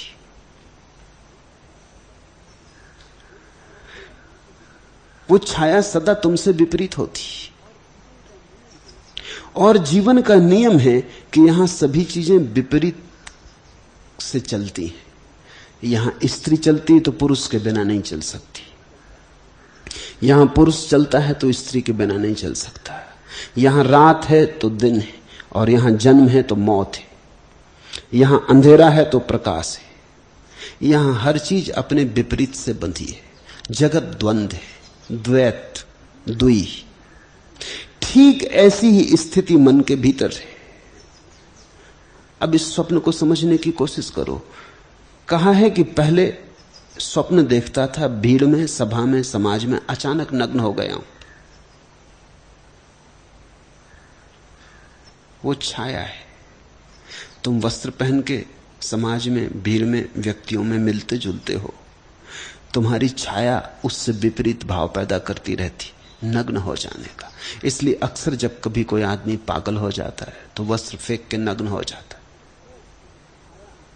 है। जो छाया सदा से कह रही थी और उसने कभी नहीं सुना था, पागल होके वो छाया के साथ राजी हो जाता है। जो उसने किया था उसे छोड़ देता है और छाया की सुनने लगता है। उसका छाया रूप सदा से कह रहा था, हो जाओ नग्न, हो जाओ नग्न। इसलिए तो समाज इतने जोर से आग्रह करता है कि नग्न मत होना, नग्न मत निकलना बाहर, क्योंकि सभी को पता है जिस दिन से आदमी ने वस्त्र पहने हैं उसी दिन से नग्न होने की कामना छाया रूप व्यक्तित्व में पैदा हो गई। जिस दिन से वस्त्र पहने उसी दिन से। जो लोग नग्न रहते हैं जंगलों में, उनको कभी ऐसा सपना नहीं आएगा। सपने में वो कभी नहीं देखेंगे कि वो नग्न हो गए, क्योंकि वस्त्र उन्होंने पहने नहीं। हां, सपने में वस्त्र पहनने का सपना आ सकता है। अगर उन्होंने वस्त्र पहने हुए लोग देखे तो सपने में वस्त्र पहनने की आकांक्षा पैदा हो सकती है। सपने में हम वही देखते हैं जो हमने इंकार किया है, जो हमने अस्वीकार किया है, जो हमने त्याग दिया है। सपने में वही हमारे मन में उठने लगता है जो हमने घर के तलघरे में फेंक दिया है। और जब भी हम कोई काम करेंगे तो कुछ तो तलघरे में फेंकना ही पड़ेगा। अगर तुमने किसी स्त्री को प्रेम किया तो प्रेम के साथ जुड़ी हुई घृणा को क्या करोगे? घृणा को तलघरे में फेंक दोगे। तुम्हारे सपने में घृणा आने लगेगी। तुम्हारे सपने में तुम किसी दिन अपनी पत्नी की हत्या कर दोगे। किसी दिन तुम सपने में पत्नी की गर्दन दबा रहे होगे और तुम सोच भी ना सकोगे कि कभी ऐसा सोचा नहीं, जागते में कभी विचार नहीं आया, और पत्नी इतनी सुंदर है और इतनी प्रीतिकर है और सब ठीक चल रहा है, ये सपना कैसे पैदा होता है? तुम कभी सपने में मित्र के साथ लड़ते हुए पाए जाओगे, क्योंकि जिससे भी तुमने मैत्री बनाई उसके साथ जो शत्रु का भाव उठा उसे तुमने तलघरे में फेंक दिया। हम 24 घंटे कुछ करते हैं तो तलघरे में फेंकते हैं। इसलिए तो अष्टावक्र कहते हैं कि तुम न तो चुनना पुण्य को न पाप को। तुमने पुण्य चुना तो पाप को तलघरे में फेंक दोगे, वो तुम्हारे सपनों में छाया डालेगा और वो तुम्हारे आने वाले जीवन का आधार बन जाएगा। अगर तुमने चुना पाप को तो तुम पुण्य को तलघरे में फेंकोगे। फर्क ही क्या है? जिसको हम पुण्यात्मा कहते हैं उस आदमी ने पाप को भीतर दबा लिया है, पुण्य को बाहर प्रकट कर दिया है। जिसको हम पापी कहते हैं उसने उल्टा किया, पुण्य को भीतर दबा लिया, पाप को बाहर प्रकट कर दिया है। लेकिन सभी चीजें दोहरी हैं, जैसे सिक्के के दो पहलू हैं। तो जब पहले स्वप्न देखता था भीड़ में, सभा में, समाज में, तो देखता था अचानक नग्न हो गया हूं। जिस दिन पहली दफा अजित को माँ बाप ने वस्त्र पहनाए होंगे उसी दिन छाया पैदा हो गई। बच्चे पसंद नहीं करते वस्त्र पहनना, उनको जबरदस्ती सिखाना पड़ता है। धमकाना पड़ता है, रुस्वत देनी पड़ती कि मिठाई देंगे, कि ये टॉफी ले लो, कि चॉकलेट ले लो, कि इतने पैसे देंगे, मगर कपड़े पहन के बाहर निकलो। तो बच्चे के मन में तो नग्न होने का मजा होता है, क्योंकि बच्चा तो जंगली है, वो तो आदिम है, वो कोई कारण नहीं देखता कि क्यों कपड़े पहनो, कोई वजह नहीं है। और कपड़े के बिना इतनी स्वतंत्रता और मुक्ति मालूम होती। नाहक कपड़े में बंधो और फिर झंझटें कपड़े के साथ आती कि तुम कपड़ा फाड़ के आ गए, कि मिट्टी लगा लाए। अभी बड़े मजे की बात है, यही लोग कपड़ा पहनाते और यही लोग फिर कहते हैं कि अब कपड़े को साफ सुथरा रखो, अब इसको गंदा मत करो। उसने कभी पहनना नहीं चाहा था। एक मुसीबत दूसरी मुसीबत लाती, फिर सिलसिला बढ़ता चला जाता है।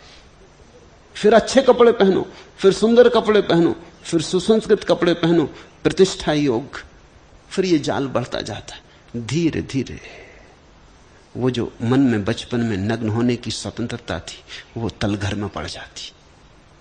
वो कभी कभी सपनों में छाया डालेगी, वो कभी कभी कहेगी कि क्या उलझन में पड़े हो, कैसा मजा था तब, खेलते थे, कूदते थे, नाचते थे, पानी में उतर गए तो फिक्र नहीं, वर्षा हो गई तो खड़े हैं फिक्र नहीं, रेत में लोटे तो फिक्र नहीं। इन कपड़ों ने तो जान ले ली, इन कपड़ों से मिला तो कुछ भी नहीं, खोया बहुत कुछ। तो वो भीतर दबी हुई आकांक्षा उठाती होगी, वो कहती छोड़ दो, अब तो छोड़ो, बहुत हो गया, क्या पाया, वस्त्र ही वस्त्र रह गए, आत्मा तो गंवा दी, स्वतंत्रता गंवा दी। इसलिए सपने में नग्न हो जाते रहे होगे। फिर पूछा है कि जब से सन्यास लिया वैसा स्वप्न आना बंद हो गया। साफ है प्रतीक, सन्यास तुमने लिया, मां बाप ने नहीं दिलवाया। कपड़े मां बाप ने पहनाए थे, तुम पर किसी न किसी तरह की जबरदस्ती हुई होगी। ये सन्यास तुमने स्वेच्छा से लिया, ये तुमने अपने आनंद से लिया। ये वस्त्र तुमने अपने प्रेम से चुने, तुमने अहोभाव से चुने। निश्चित ही इन वस्त्रों से तुम्हारा जैसा मोह है वैसा दूसरे वस्त्रों से नहीं था। इन वस्त्रों से जैसा तुम्हारा लगाव है वैसा दूसरे वस्त्रों से नहीं था। इसलिए नग्नता का स्वप्न तो विलीन हो गया, वो पर्दा गिरा, वो बात खत्म हो गई। वो वस्त्र ही तुमने गिरा दिए जिनके कारण नग्नता का स्वप्न आता था। उन्हीं वस्त्रों से जुड़ा था नग्नता का स्वप्न, जो तुम्हें जबरदस्ती पहनाए गए थे। अब उस स्वप्न की कोई सार्थकता ना रही। जब वे वस्त्र ही चले गए तो उन वस्त्रों के कारण जो छाया पैदा हुई थी वो छाया भी विदा हो गई। सिक्के का एक पहलू चला गया, दूसरा पहलू भी चला गया। अब तुमने खुद अपनी इच्छा से वस्त्र चुने हैं। इसलिए नग्न होने का भाव तो पैदा नहीं होता, लेकिन कभी कभी गैर गैरिक वस्त्रों में अपने को सपने में देखता हूं। अब ये थोड़ा समझने जैसा है। यद्यपि इन वस्त्रों के साथ वैसा विरोध नहीं जैसा कि मां बाप के द्वारा पहनाए गए वस्त्रों के साथ था। ये तुमने अपनी मर्जी से चुना है, लेकिन फिर भी जो भी चुना है उसकी भी छाया बनेगी। धूमिल होगी छाया, उतनी प्रगाढ़ ना होगी। जो तुम्हें जबरदस्ती चुनवाया गया था तो उसकी छाया बड़ी मजबूत होती। जो तुमने अपनी स्वेच्छा से चुना है उसकी छाया बहुत मंदिम होगी, मगर होगी तो। क्योंकि जो भी हमने चुना है उसकी छाया बनेगी। वो स्वेच्छा से चुना है या जबरदस्ती चुनवाया गया, ये बात गौण है। चुनाव की छाया बनेगी, सिर्फ अचुनाव की छाया नहीं बनती। सिर्फ साक्षी भाव की छाया नहीं बनती, कर्तृत्व की तो छाया बनेगी। ये सन्यास भी कर्तृत्व है। ये तुमने सोचा, विचारा, चुना, इसमें आनंद भी पाया, लेकिन स्वप्न बड़ी सूचना दे रहा है। स्वप्न ये कह रहा है कि अब कर्ता के भी ऊपर उठो, अब साक्षी बनो। साक्षी बनते ही स्वप्न खो जाते हैं। तुम ये चकित हो गए जान के। वस्तुतः कोई व्यक्ति साक्षी बना या नहीं, इसका एक ही कसौटी है कि उसके स्वप्न खो गए या नहीं। जब तक हम करता हैं तब तक स्वप्न चलते रहेंगे। क्योंकि करने का मतलब है कुछ हम चुनेंगे। अब समझो, अजित ने जब सन्यास लिया तो एकदम से कपड़े नहीं पहने। अजित ने जब सन्यास लिया शुरू में तो ऊपर का शर्ट बदल लिया, नीचे का पैंट वो सफेद ही पहनते रहे। द्वंद्व रहा होगा, मन कहता होगा क्या कर रहे, घर है, परिवार है, व्यवसाय है। अजित डॉक्टर है, प्रतिष्ठित डॉक्टर है, धंधे को नुकसान पहुंचेगा, लोग समझने लगे पागल है डॉक्टर को, क्या हो गया। माला भी पहनते थे तो भीतर छिपाए रखते थे। अब मुझसे छुपाया नहीं जा सकता, जो जो भीतर छुपा रहे हो ख्याल रखना।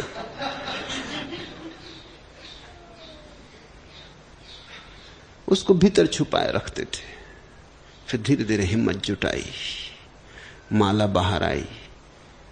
जब भी मुझे मिलते तो मैं उनसे कहता रहता कि अब कब तक ऐसा करोगे, अब ये पैंट भी गेरुआ कर डालो। वो कहते करूंगा करूंगा। धीरे धीरे ऐसा कोई 2-3 साल लगे होंगे। तो 2-3 साल जो मन डमाडोल रहा उसकी छाया है भीतर।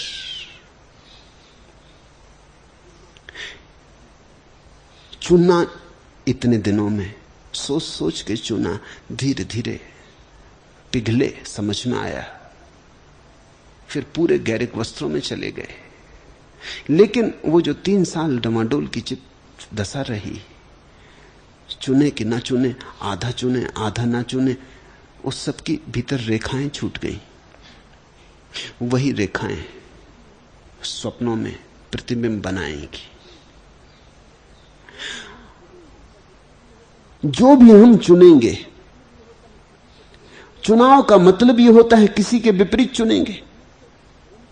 जो कपड़े वो पहने थे उनके विपरीत उन्होंने गेरुए वस्त्र चुने, तो जिसके विपरीत चुने वो बदला लेगा, जिसके विपरीत चुने वो प्रतिशोध लेगा। वो भीतर बैठा बैठा राह देखेगा कि कभी कोई मौका मिल जाए तो मैं बदला ले लूं।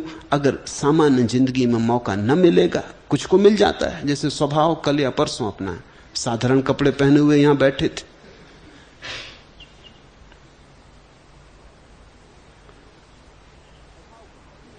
अगर तो स्वभाव को सपना नहीं आएगा, ये बात पक्की। सपने की कोई जरूरत नहीं, वो बेईमानी जागने में कर जाते हो, सपने की क्या जरूरत है। जब धोखा जागने में दे देते हो तो फिर सपने का कोई सवाल नहीं रह जाता। स्वभाव को सपना नहीं आने वाला, मगर ये उनका दुर्भाग्य है। ये अजित का सौभाग्य है कि सपना आ रहा है। इससे एक बात पक्की है कि जागने में धोखा नहीं चल रहा है, तो सपने में छाया बन रही। अब इस सपने की छाया के भी पार जाना है। इसके पार जाने का एक ही उपाय है, इसे स्वीकार कर लो। इसे सद्भाव से स्वीकार कर लो कि सन्यास मैंने चुना था।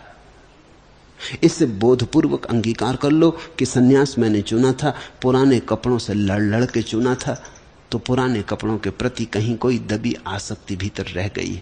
उसे स्वीकार कर लो कि वह आसक्ति थी और मैंने उसके विपरीत चुना था। उसको स्वीकार करते ही स्वप्नों से वो तिरोहित हो जाएगी। लेकिन उसके स्वीकार करते ही तुम एक नए आयाम में प्रवेश भी होगे।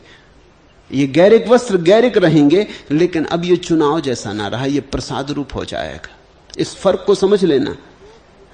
अगर तुमने सन्यास मुझसे लिया है प्रसाद रूप, तुमने मुझसे कहा कि आप दे दें अगर मुझे पात्र मानते हो, और तुमने कोई चुनाव नहीं किया, तो सपने में छाया नहीं बनेगी।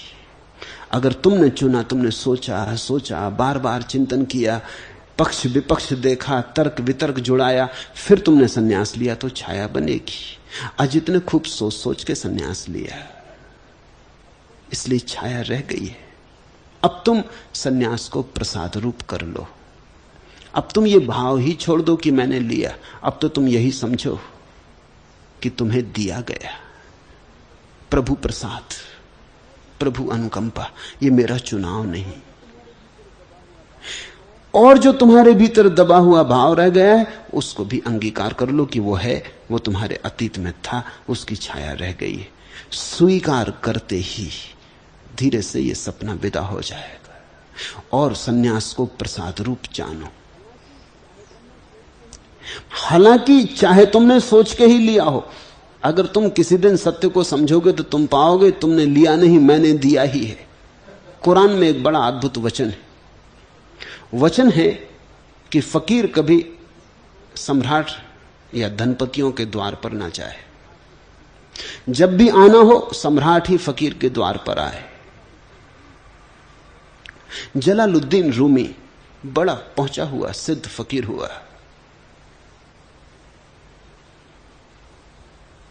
उसे उसके शिष्यों ने देखा एक दिन कि वो सम्राट के राजमहल गया।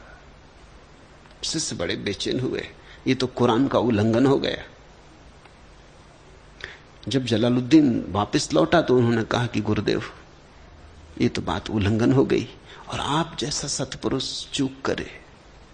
कुरान में साफ लिखा कि कभी फकीर धनपति या राजाओं या राजनीतिज्ञों के द्वार पर ना जाए। अगर राजा को आना हो तो फकीर के द्वार पर आए। पता है जलालुद्दीन ने क्या कहा?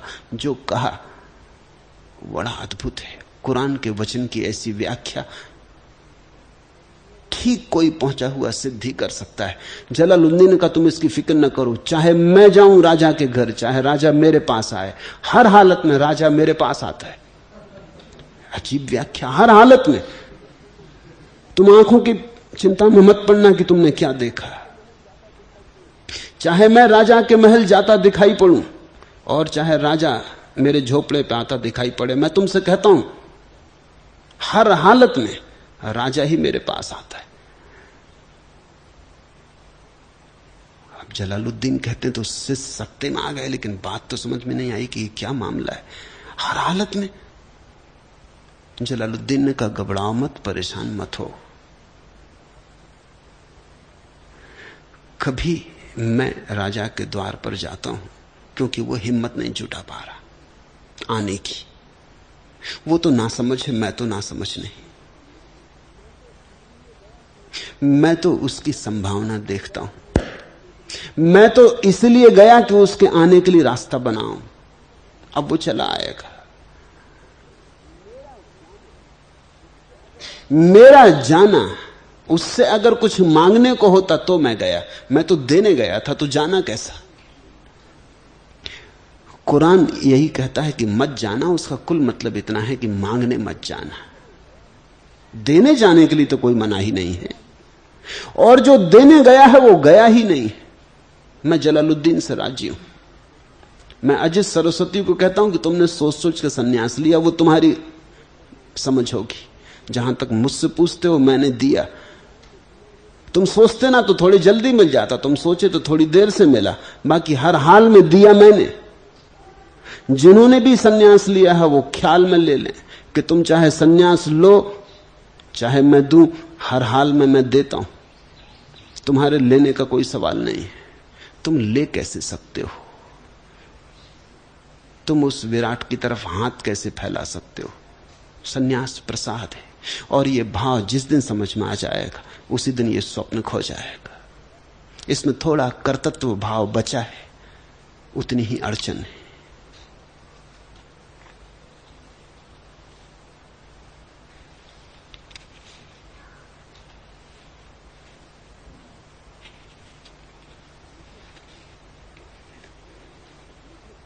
छठवां प्रश्न, मुझे अपने समर्पण पर शक होता है। क्या पूरा समर्पण शिष्य को ही करना होगा या कि गुरु के सहयोग से वह शिष्य में घटित होता है? कृपया इस दिशा में हमें उपदेश करें। समर्पण पर शक सभी को होता है, क्योंकि समर्पण तुम सोच सोच के करते हो। जो तुम सोच सोच के करते हो उसमें शक तो रहेगा। शक ना होता तो सोचते ही क्यों? तब समर्पण एक छलांग होता है, क्वांटम छलांग। तब तुम सोच के नहीं करते। तब समर्पण एक पागलपन जैसा होता है, एक उन्माद की अवस्था होती। तुम ऐसे भावाविष्ट हो जाते हो, एक श्रद्धा की क्रांति घटती है। लेकिन ऐसी क्रांति तो कभी 100 में 1 को घटती है। 99 तो सोच के ही करते हैं। इसलिए जब तुम सोच के करोगे तो धीरे वो तुमने सोचा है बार बार, वो जो तुमने निर्णय लिया है वो चाहे बहुमत का निर्णय हो लेकिन है पार्लियामेंट्री। तुमने बहुत सोचा, तुमने पाया 60% मन गवाही है समर्पण के लिए, 40% गवाही नहीं। तुमने कहा ठीक है निर्णय लिया जा सकता, लेकिन ये पार्लियामेंट्री। वो जो 40% राजी नहीं था वो कभी भी कुछ सदस्यों को फोड़ ले सकता है। रुश्वत खिला दे, भविष्य का आश्वासन दिला दे, मिनिस्टर बना देंगे, ये कर देंगे, वो कर देंगे। वो मन के कुछ खंडों को तोड़ ले सकता है। वो किसी भी दिन बल में आ सकता है और उसके आने की संभावना है, क्योंकि जिस 60% मन से तुमने समर्पण किया है, समर्पण करने के बाद कसौटी आएगी कि समर्पण से कुछ घट रहा है या नहीं। अब 60% समर्पण से कुछ भी नहीं घटता, तो वो जो 40% मन है वो कहेगा सुनो अब आई अकल, पहले ही कहा था कि करो मत, इससे कुछ होने वाला नहीं। ये भीतर की स्थिति है। घटती तो है घटना 100% से, उसके पहले तो घटती नहीं। 100 डिग्री पर ही पानी भाप बनता है। 60 डिग्री पे बहुत से बहुत गर्म हो सकता है, भाप नहीं बन सकता। तो गर्म आ गए, पहले की शांति भी चली गई और ज्वर आ गया और उपद्रव ले लिया ये गिरे हुए वस्त्रों का। वैसी परेशान थे, वैसी झंझटें काफी थी और एक नई झंझट जोड़ ली। वो जो 40% बैठा हुआ है उसकी तो तुम आलोचना नहीं कर सकते, वो तो विरोधी पार्टी हो गया। विरोधी पार्टी को एक फायदा है, उसकी तुम आलोचना नहीं कर सकते, उसने कुछ किया ही नहीं, आलोचना कैसे करोगे। इसलिए विरोधी पार्टी के नेता बड़े क्रिटिकल और आलोचक हो जाते, वो हर चीज की आलोचना करने लगते। ये गलत, ये गलत। जो कर रहा है निश्चित उस पर ही गलती का आरोपण लगाया जा सकता है, जो कुछ भी नहीं कर रहा। इसलिए बड़ी मजे की घटना सारी दुनिया में घटती रहती, भीतर भी और बाहर भी। जो पार्टी हुकूमत में होगी वो ज्यादा देर हुकूमत में नहीं रह सकती, वो लाख उपाय करे सदा हुकूमत में नहीं रह सकती, क्योंकि जो भी वो करेगी उसमें कुछ तो भूलें होने वाली हैं, कुछ तो चूकें होने वाली हैं। जीवन की समस्याएं इतनी बड़ी हैं कि सब तो हल नहीं हो जाएंगी। जो नहीं हल होंगी विरोधी पार्टी उन्हीं की तरफ इशारा करती रहेगी कि इसका क्या, इस संबंध में क्या, कुछ भी नहीं हुआ, बर्बाद हो गया मुल्क। तो लोग धीरे धीरे विरोधी की बात सुनने लगेंगे कि बात तो ठीक ही कह रहा है। विरोधी का बल बढ़ जाता है। जैसे ही विरोधी सत्ता में आया बस उसका बल टूटना शुरू हो जाता है। सत्ताधिकारी सत्ता में आते से कमजोर होने लगता है। गैर सत्ताधिकारी सत्ता के बाहर रह के शक्तिशाली होने लगता है। इसलिए दुनिया में राजनीतिज्ञों का एक खेल चलता रहता है। सारे लोकतंत्री मुल्कों में 2 पार्टियां होती। हिंदुस्तान अभी भी उतनी अकल नहीं जुटा पाया, इसलिए यहां व्यर्थ परेशानी होती। 2 पार्टियां होती हैं, एक खेल है। जनता मूर्ख बनती है, वो 2 पार्टियों में एक सत्ता में होती है, उसे जो करना वो करती है, जो गैर सत्ता में होती है इस बीच वो अपनी ताकत जुटाती। अगले चुनाव में दूसरी पार्टी सत्ता में आ जाती, पहली पार्टी जनता में उतर के फिर अपनी ताकत जुटाने लगती। उन दोनों के बीच एक षड्यंत्र है। एक सत्ता में होता है, दूसरा आलोचक हो जाता है। और जनता की स्मृति तो बड़ी कमजोर है, वो पूछती ही नहीं कि तुम जब सत्ता में थे तब तुमने ये आलोचना नहीं की, अब तुम आलोचना करने लगे, यही काम तुम कर रहे थे, लेकिन तब सब ठीक था, अब सब गलत हो गया। और ये जो कह रहे हैं सब गलत हो गया, जब सत्ता में पहुंच जाएंगे तब फिर सब ठीक हो जाएगा। इनके सत्ता में होने से सब ठीक हो जाता है, इनके सत्ता में न होने से सब गलत हो जाता है। इनकी मौजूदगी जैसे शुभ और इनकी गैर मौजूदगी अशुभ है। यही घटना मन के भीतर घटती है। जो मन का हिस्सा कहता था मत करो समर्पण, मत लो सन्यास, वो बैठ कर देखता, अच्छा, वो कहता ले लिया, ठीक, अब क्या हुआ। अब वो बार बार पूछता बताओ क्या हुआ। तो तुम्हारे जो 60% हिस्से थे मन के वो धीरे धीरे खिसकने लगते, कुछ हिस्से उसके पास चले जाते। कई बार ऐसी नौबत आ जाती 50-50, 50-50 की, तब संदेह उठता है, तब तुम बड़े डमाडोल हो उठते हो। कभी कभी ऐसा भी हो सकता है कि हालत उल्टी हो जाए, समर्पण के पक्ष में 40 हिस्से रह जाएं और विपरीत में 60 हिस्से हो जाएं, तो तुम सन्यास छोड़ के भागने की आकांक्षा करने लगते हो। मुझे अपने समर्पण पे शक होता है। समर्पण किया है तो शक होगा ही, क्योंकि समर्पण किया नहीं जा सकता, समर्पण होता है। ये तो प्रेम जैसी घटना है, किसी से प्रेम हो गया, तुम ये थोड़ी कहते हो कि प्रेम किया, हो गया। तो मेरे पास भी दो तरह के सन्यासी हैं, एक जिन्होंने समर्पण किया है, उनको तो शक सदा रहेगा, एक जिनका समर्पण हो गया है, शक की बात ही ना रही। ये कोई पार्लियामेंट्री निर्णय न था, ये कोई बहुमत से किया न था, ये तो सर्वमत से हुआ था, ये तो पूरे की पूरी दीवानगी में हुआ था। उसको मैं क्वांटम छलांग कहता हूं। वो प्रक्रिया नहीं है सीढ़ी सीढ़ी जाने की, वो छलांग है। तो जिन मित्र ने पूछा है उन्होंने सोच के किया होगा। सोच के करो तो पूरा हो नहीं पाता, पूरा होना तो कुछ हाथ में नहीं आता, हाथ में ना आए तो संदेह उठते हैं। फिर पूछा है कि क्या पूरा समर्पण शिष्य को ही करना होता है? समर्पण करना ही नहीं होता, समर्पण तो समझ की अभिव्यक्ति है, होता है। तुम सुनते रहो मुझे, पीते रहो मुझे, बने रहो मेरे पास, बने रहो मेरी छाया में, धीरे धीरे धीरे धीरे एक दिन तुम अचानक पाओगे समर्पण हो गया। तुम सोचो मत इसके लिए कि करना है, कि कैसे करें, कब करें, तुम हिसाब ही मत रखो। ये तुम तो सिर्फ बने रहो। सत्संग का स्वाभाविक परिणाम समर्पण है। न तो शिष्य को करना होता, न गुरु को करना होता।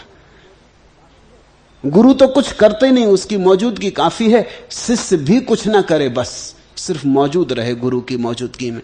इन दो मौजूदगियों का मेल हो जाए, ये दोनों उपस्थितियां एक दूसरे में समाविष्ट होने लगे, ये सीमाएं थोड़ी छूट जाएं, एक दूसरे में प्रवेश कर जाएं, अतिक्रमण हो जाए, मेरे और तुम्हारे बीच फासला कम होता जाए। सुनते सुनते, बैठते बैठते, निकट आते आते कोई धुन तुम्हारे भीतर बजने लगे। न तो मैं बजाता हूं, न तुम बजाते हो, निकटता में बजती है। मेरा सितार तो बज ही रहा है, तुम अगर सुनने को राजी हो तो तुम्हारा सितार भी उसके साथ साथ डोलने लगेगा, तुम्हारे सितार में भी स्वर उठने लगेंगे। तो न तो शिष्य करता समर्पण, न गुरु करवाता। जो गुरु समर्पण करवाए वो असद गुरु है, और जो शिष्य समर्पण करे उसे शिष्यत्व का कोई पता नहीं। समर्पण दोनों के बीच घटता है। जब दोनों परम एकात्म में हो जाते, गुरु तो मिटा ही है, जब शिष्य भी उसके पास बैठते बैठते बैठते बैठते मिटने लगता, पिघलने लगता, समर्पण घटता है। या कि गुरु के सहयोग से वह शिष्य में घटित होता, न कोई सहयोग है। गुरु कुछ भी नहीं करता। अगर गुरु कुछ भी करता हो तो वो तुम्हारा दुश्मन है, क्योंकि उसका हर करना तुम्हें गुलाम बना लेगा। उसके करने पर तुम निर्भर हो जाओगे। किसी के करने से मोक्ष नहीं आने वाला। गुरु कुछ करता ही नहीं। गुरु तो एक खाली स्थान तुम्हें देता है। गुरु तो अपनी मौजूदगी तुम्हारे सामने खोल देता है, अपने को खोल देता है। गुरु तो एक द्वार है। द्वार में कुछ भी तो नहीं होता, दीवार भी नहीं होती। द्वार का मतलब ही है खाली। तुम उसमें से भीतर जा सकते हो। तुम अगर डरो ना, तुम अगर सोचो विचारो ना, तो धीरे से द्वार तुम्हें बुला रहा है। तुमने देखा, खुला द्वार एक निमंत्रण है। खुले द्वार को देख के तुम अगर उसके पास से निकलो तो भीतर जाने का मन होता। अगर तुम हिम्मत जुटा लो और खुले द्वार का निमंत्रण मान लो तो गुरु गुरुद्वारा हो गया, उसी से तुम प्रविष्ट हो जाते हो। गुरु कुछ करता नहीं, गुरु कैटालिटिक एजेंट है। उसकी मौजूदगी कुछ करती, गुरु कुछ भी नहीं करता। और मौजूदगी तभी कर सकती है जब तुम करने दो, तुम मौका दो, तुम अवसर दो, तुम अपनी अकड़ छोड़ो, तुम थोड़े अपने को शिथिल करो, विश्राम में छोड़ो। जो है वो तो तुम्हारे भीतर है। गुरु की मौजूदगी में तुम्हें पता चलने लगता। फिरा अपनी ही गंध से अंध कस्तूरा, वन वन उत्स का अज्ञान, बन गया व्याध का संधान। फिरा अपनी ही गंध से अंध कस्तूरा, कस्तूरी कुंडल बसे। वो कस्तूरा फिरता है पागल अंधा बना, अपनी ही गंध से। फिरा अपनी ही गंध से अंध कस्तूरा, दौड़ता फिरता भागता कि कहां से गंध आती, गंध पुकारती। ये गंध जो तुम मुझ में देख रहे हो, ये तुम्हारी गंध है। ये स्वर जो तुमने मुझ में सुना है, ये तुम्हारे ही सोए प्राणों का स्वर है। फिरा अपनी ही गंध से अंध कस्तूरा, वन वन उत्स का अज्ञान, बन गया व्याध का संधान। जो मारने वाला छिपा है व्याध कहीं, उसके हाथ में अचानक कस्तूरा आ जाता है। कस्तूरा अपना ही खोजने निकला था। तुम भी न मालूम कितने व्याधों के संधान बन गए हो, कभी धन के, कभी पद के, कभी प्रतिष्ठा के। न मालूम कितने तीर तुम में चुभ गए और तुम भटक रहे हो खोजते अपने को। फिरा कस्तूरा अपनी ही गंध से अंध, अपनी ही गंध का पता नहीं, भागते फिरते हो। अकारण संसार के हजार हजार तीर छिदते हैं और तुम्हारे हृदय को छलनी कर जाते। सदगुरु का इतना ही अर्थ है जिसकी मौजूदगी में तुम्हें पता चले कि कस्तूरी कुंडल बसे, वो तुम्हारे भीतर बसी है।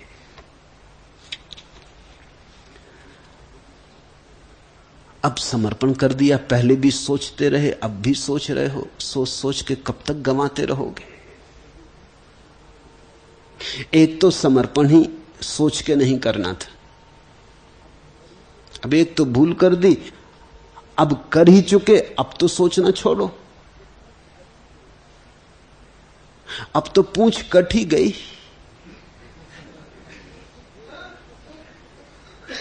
अब तो उसे जोड़ लेने के सपने छोड़ो। वो जो थोड़ी सी जीवन रेखा बची है, वो जो थोड़ी सी जीवन ऊर्जा बची, उसका कुछ सदुपयोग हो जाने दो। उसे सोचने सोचने में गमाओ मत। एक बची चिंगारी, चाहे चिता जला या दीप। जीर्ण थकित लुब्धक सूरज की लगने को है आंख, फिर प्रतीची से उड़ा तिमिरखग, खोल सांझ की पांख। हुई आरती की तैयारी, शंख खोज या सीप। मिल सकता मनवंतर क्षण का, चुका सको यदि मोल। रह जाएंगे कालकंठ में माटी के कुछ बोल। आगत से आबद्ध गतागत, फिर क्या दूर समीप। एक बची चिंगारी, चाहे चिता जला या दीप। थोड़ी सी जो जीवन ऊर्जा बची है, इसे तुम चिता के जलाने के ही काम में लाओगे या दिया भी जलाना है? हो गया सोच विचार बहुत। अब इस सारी ऊर्जा को बहने दो समर्पण में। आओ निकट, आओ समीप, ताकि जो मेरे भीतर हुआ है वो तुम्हारे भीतर भी संक्रामक हो उठे। एक बची चिंगारी, चाहे चिता जला या दीप। हुई आरती की तैयारी, शंख खोज या सीप।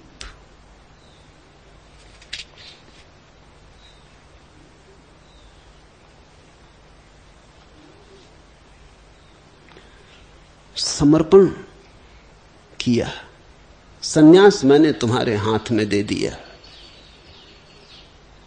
अब इसे हाथ में रखे बैठे रहोगे? इस बांसुरी को बजाओ। भले ही फूंकते रहो बांसुरी, बिना धरे छिद्रों पे अंगुलियां नहीं निकलेगी प्रणय की रागनी। दे दी बांसुरी तुम्हें, अब तुम ऐसे ही खाली फूंक फूंक करते रहोगे? सोच विचार फूंकना ही है। कुछ जीवन ऊर्जा की अंगुलियां रखो बांसुरी के छिद्रों पर। भले ही फूंकते रहो बांसुरी, बिना धरे छिद्रों पर अंगुलियां नहीं निकलेगी प्रणय की रागनी। ये जो सन्यास तुम्हें दिया है, ये परमात्मा के प्रणय के राग को पैदा करने का एक अवसर बने। सोच विचार बहुत हो चुका। सुना नहीं अष्टावक्र को? कहा जनक को, कितने कितने जन्मों में तूने अच्छे किए कर्म, बुरे किए कर्म, क्या काफी नहीं हो चुका? पर्याप्त नहीं हो चुका? बहुत हो चुका। अब जाग, अब उपशांति को, विराम को, उपराम को उपलब्ध हो। अब तो लौटा घर, अब तो वापस आ जा मूल स्रोत पर। उस मूल स्रोत का नाम साक्षी है। सन्यास तो बांसुरी है, अगर उंगलियां रख के बजाई तो जो स्वर निकलेंगे उनसे साक्षी भाव जन्मेगा। सन्यास तो केवल यात्रा है साक्षी की तरफ, और जब तक साक्षी पैदा ना हो जाए समझना सन्यास पूरा नहीं हुआ है।